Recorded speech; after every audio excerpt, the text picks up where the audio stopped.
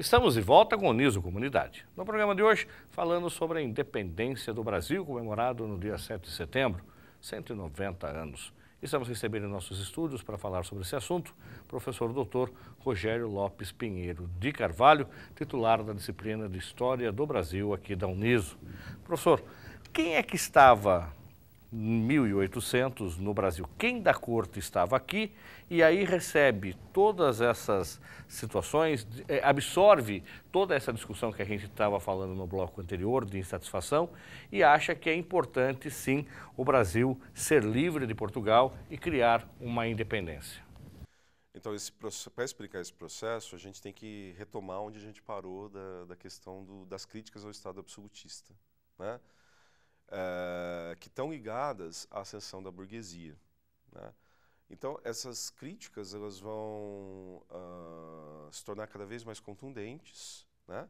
Você tem a Inglaterra, que um século antes, no final do século XVII, estabelece uma monarquia constitucional, ou seja, não há mais o poder absoluto do rei, né? O rei tem que se ver às voltas com o parlamento, né? Essas críticas elas vão acontecendo ao longo de todo o século XVIII. E tem dois episódios históricos muito importantes nessa crítica do Estado absolutista. Primeiro, a Revolução Francesa, né, que eclode em 1789. E antes da Revolução Francesa, a independência dos Estados Unidos, né? Os Estados Unidos se tornam independentes em 1776 e vão constituir uma república dentro dos preceitos do liberalismo político e do liberalismo econômico. Isso causa uma profunda impressão nos colonos da América, do resto da América. Essas notícias chegam à América, né? E causam um profundo impacto. Então, vai influenciar certos movimentos que acontecem no final do século XVIII, que já mostram um tensionamento entre setores da colônia e a coroa portuguesa, no sentido de criticar o status colonial do Brasil e, especificamente, o pacto colonial, o exclusivo colonial. A gente tem a Confidência Mineira, a gente tem a Conjura do Rio de Janeiro, a gente tem a Revolta dos Alfaiates, né, a Conjura Baiana em Salvador. Então, esses movimentos eles já mostram, né, em que medida acontecia estava posto esse tensionamento, né? Além disso, há uma grande particularidade da história brasileira ou da relação entre Brasil e colônia, né? Que são as guerras napoleônicas, né? Napoleão assume o poder na França, tenta estabelecer um Estado imperial, mas defendendo os interesses burgueses. Toda a nobreza da Europa vai se voltar contra ele, tem as guerras, né? Napoleão vai entrar em guerra com a Inglaterra, com vários setores da nobreza europeia e com a nobreza, com a coroa portuguesa e a coroa espanhola. Então, os exércitos napoleônicos invadem a Península Ibérica. Invadem a Península Ibérica e aí a gente tem duas situações diferentes entre a coroa espanhola e a coroa portuguesa. A coroa espanhola, o rei espanhol, Fernando VII, ele resolve enfrentar os exércitos napoleônicos. Não, eu vou enfrentar os exércitos napoleônicos, vou ficar aqui com os meus exércitos e vou lutar. Portugal vai ter uma grande particularidade, né? E isso vai marcar profundamente a independência do Brasil. Portugal, já desde o século XVII, ela passa a sofrer uma grande influência política e econômica da Inglaterra, né?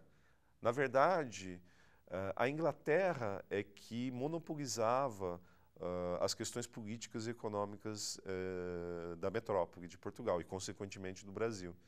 Então, quando estava na iminência da chegada dos exércitos napoleônicos em Lisboa, conselheiros ingleses chegam para o Dom João, né?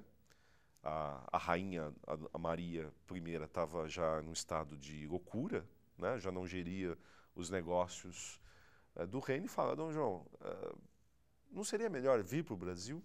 Que era uma ideia que já tinha circulado em outros momentos, transferir o centro do reino de Portugal para o Brasil, É uma questão estratégica. Isso era uma coisa que totalmente contrária aos interesses da nobreza portuguesa. Mas, naquele momento,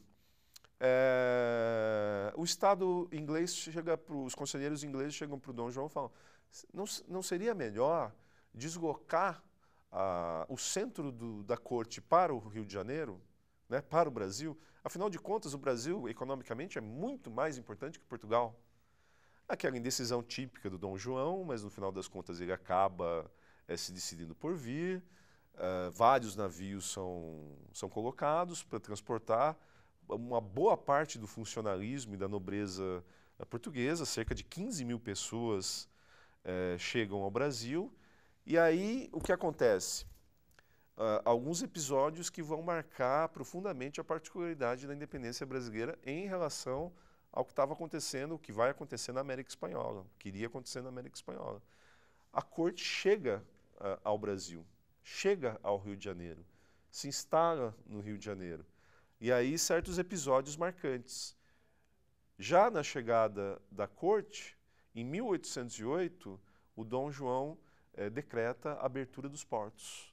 Abertura dos portos que até então eram exclusividade dos portugueses, pelo menos oficialmente. Não estamos falando do contrabando, não estamos falando disso. Oficialmente, institucionalmente, ele abre os portos da colônia para qualquer nação.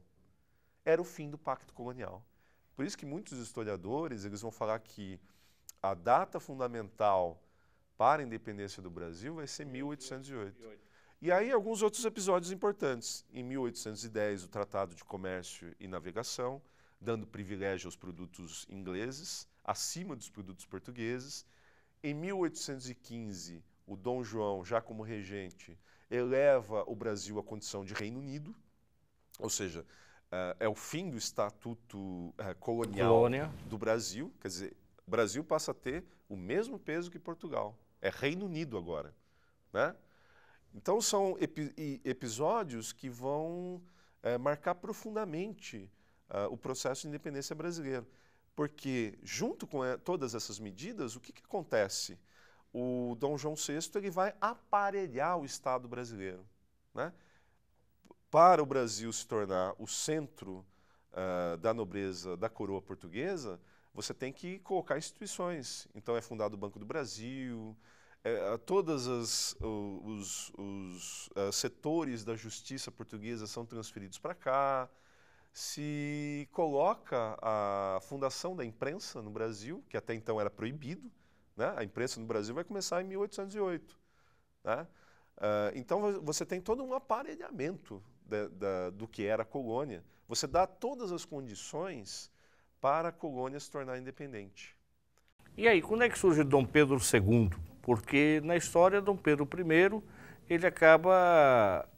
Aí é Dom Pedro I, aliás, que faz a independência. Ele tinha quantos anos nessa? Depois vem a história do Dom Pedro II, que é a proclamação da República. Ele era jovem, tinha 20 e poucos anos, né? E ele estava vivendo isso? Ele convivia, ele entendia? Estava vivendo, ele viveu intensamente. Ele foi criado no Brasil, né? Ele foi criado no Brasil. A Carlota Joaquina tinha muita preocupação com isso, né? Que ele era criado livremente, brincava com os escravos, essa coisa toda. Então ele estava bem interiorizado a essas relações da sociedade brasileira. Mas o que acontece? O que vai levar à independência? Portugal não tá, a nobreza portuguesa, a sociedade portuguesa estava totalmente descontente com tudo isso que estava acontecendo no Brasil, né? Os exércitos franceses são expulsos, eles não conseguem efetivamente tomar Portugal. As condições, o contexto que tinha levado a vinda da família real para o Brasil já não existiam mais, e essa nobreza ela vai, não só a nobreza, mas setores também liberais, porque o liberalismo já estava muito profundamente marcado, tanto na Espanha, setores da sociedade espanhola como setores da sociedade portuguesa, eles vão pedir a volta do Dom João VI, né?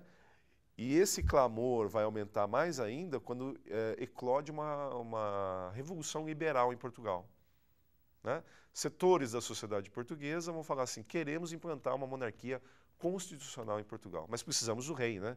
E o rei está no Brasil, isso é um absurdo, esse rei tem que voltar para cá. exigem a volta de Dom João VI para Portugal. E ele vai. Aquela sua indecisão característica, né? Vou, não vou, vou, não vou. Efetivamente, em 1821 ele volta, só que ele dá um conselho para o seu filho, né? O Dom Pedro I, né? O Dom Pedro na época, né? Ele fala, filho, fique aqui, né? Eu vou para Portugal, realmente. Príncipe regente. Príncipe regente. Eles estão exigindo a minha volta, as condições são difíceis, eu vou perder meu poder absoluto, mas essa é a situação. Eu vou para Portugal, mas você fique aqui. Você fique aqui porque se acontecer uma rebelião, se acontecer uma revolução, pelo menos que o poder fique nas suas mãos e não caia na mão de algum aventureiro. E o Dom Pedro fica no Brasil. Só que aí os fatos elas vão se sucedendo, né?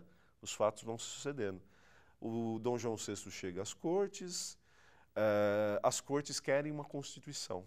Não é claro, uma monarquia constitucional tem que ser embasada numa constituição, como reza o liberalismo político. Só que há um detalhe muito interessante e paradoxal das medidas tomadas pela corte. Se por um lado esses líderes liberais eles tinham a ideia de implantar uma monarquia constitucional em Portugal, né, estabelecendo o liberalismo político em Portugal, com relação ao Brasil, o que essas cortes desejavam? A volta do Estatuto Colonial do Brasil, a volta do Pacto Colonial. Então, todas aquelas medidas que o Dom João vinha tomando desde 1808 seriam canceladas, seriam revogadas. E aí a burguesia, obviamente, não aí o que acontece? demitiu. Você tem um movimento no Brasil que até o último momento, dentro dos debates dessa corte, setores dessas elites brasileiras, e quando a gente fala elites brasileiras no começo do século XIX, a gente está falando de uma certa aristocracia agrária, dos grandes latifundiários, enfim. Eles tentaram a todo momento manter esse status de Reino Unido. Né? Não é assim, nós não queremos romper os laços com Portugal, nós queremos manter esses laços com Portugal, mas nós exigimos o fim do Pacto Colonial. Né? Nós exigimos a permanência do nosso estatuto enquanto Reino Unido. Só que as cortes não deliberam assim, não deliberam dessa forma. Chegam os deputados brasileiros, e os deputados brasileiros, quando eles chegam às cortes, né, à Assembleia Constituinte, eles percebem que as decisões já tinham sido tomadas, eles têm uma representatividade muito menor em relação aos deputados portugueses e são vistos com preconceito. Né? Os portugueses chamam o Brasil de terra de macacos e de bananas, enfim, eles voltam dali muito revoltados. E aí o que acontece? Em 1822, as cortes exigem a volta do Dom Pedro, né, do príncipe regente, sob a consequência dele não voltando, ele ser rebaixado, né, ele perder a sua condição de príncipe. E aí que ele determina... Aí ele determina, o famoso dia do fico, né, janeiro de 1892, ele fala que fica, diga ao povo que fico. Até julho e agosto de 1822, há essa tentativa por parte das lideranças brasileiras, dos políticos brasileiros, da aristocracia rural brasileira. José Bonifácio vai ser um dos grandes articuladores nesse processo, de garantir que o Brasil tivesse o mesmo status político do que Portugal, ou seja, mantivesse a condição de Reino Unido, confirmasse o fim do Pacto Colonial, mas quando eles viram que essa situação não ia acontecer, aí se joga para o rompimento. E aí acontece a independência. E aí, como se costuma dizer, às margens do rio Ipiranga, talvez não naquela imagem grandiloquente do quadro do Pedro Américo, uma coisa mais simples, mas o Dom Pedro decreta a independência do Brasil. Professor Dr. Rogério, teríamos muito mais para contar a nossa história e com certeza o senhor colaboraria conosco, mas infelizmente o programa termina aqui. Eu gostaria que o senhor deixasse um e-mail de contato para que, se eventualmente o telespectador queira conversar com o senhor depois para saber um pouco mais detalhe, enfim, pedir até uma palestra do senhor em alguma escola, para que a gente possa ter um canal de acesso também do senhor com o nosso público. Perfeitamente. O meu e-mail é rogerio.carvalho@prof.niso.br. Muito obrigado pela sua participação e até a próxima oportunidade. Prazer foi meu. O programa Uniso Comunidade termina aqui. Se você tem alguma sugestão para o programa, envie para unisocomunidade@uniso.br. Agradecemos a sua audiência e até o próximo programa. Até lá!